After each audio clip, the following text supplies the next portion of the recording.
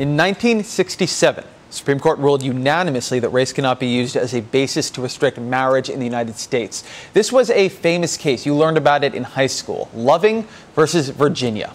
The amazingly named Lovings were Richard and Mildred Loving, and in 1958 they left Virginia and traveled to Washington, D.C. so they could get married. When they returned to Virginia, where interracial marriage was against the law, they were sentenced to a year in prison for getting married. When the judge in Virginia sentenced them to prison, he said, quote, "Almighty God created the races, and he placed them on separate continents. The fact that he separated the races shows that he did not intend for the races to mix." The Lovings appealed that decision and eventually won at the Supreme Court, thereby changing the law in the entire country. But why did it take until 1967 for the Supreme Court to weigh in on interracial marriage? By 1954, a full 13 years earlier, the court had already ruled in cases involving race and segregation and discrimination, perhaps most famously in Brown v. Board of Education, which the court held unanimously that separate but equal was unconstitutional. So again, why wait until 1967 to hear the case about interracial marriage? Here are all of the states that had laws on the books in 1947, banning interracial marriage. Most of them, right?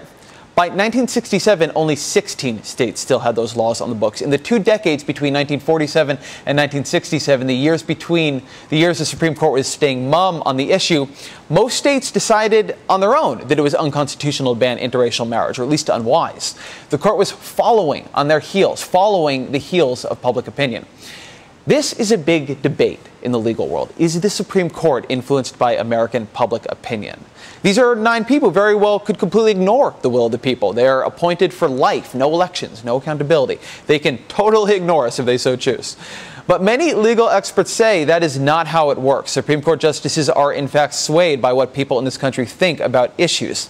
Today, the Supreme Court announced it would hear 2 cases involving same-sex marriage next year.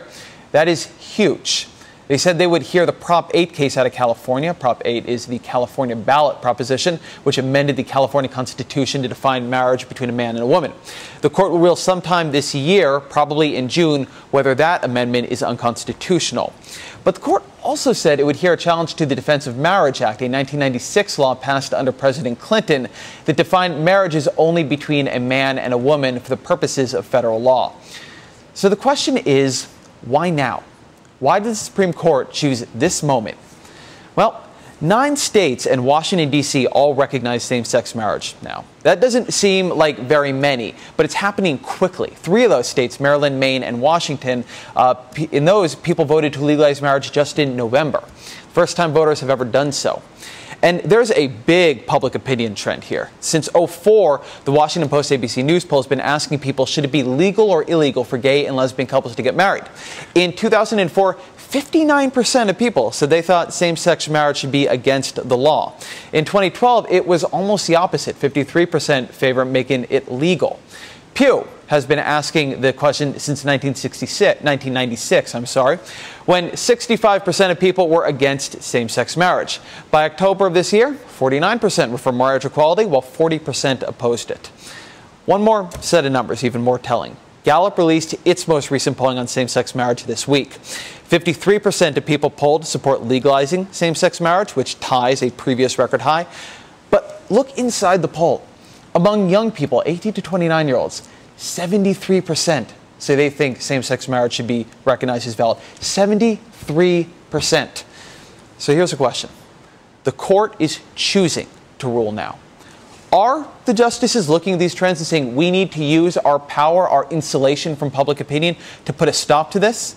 Or are they looking at these trends and seeing a chance to join history, to become the court that said gay marriage is protected under the Constitution?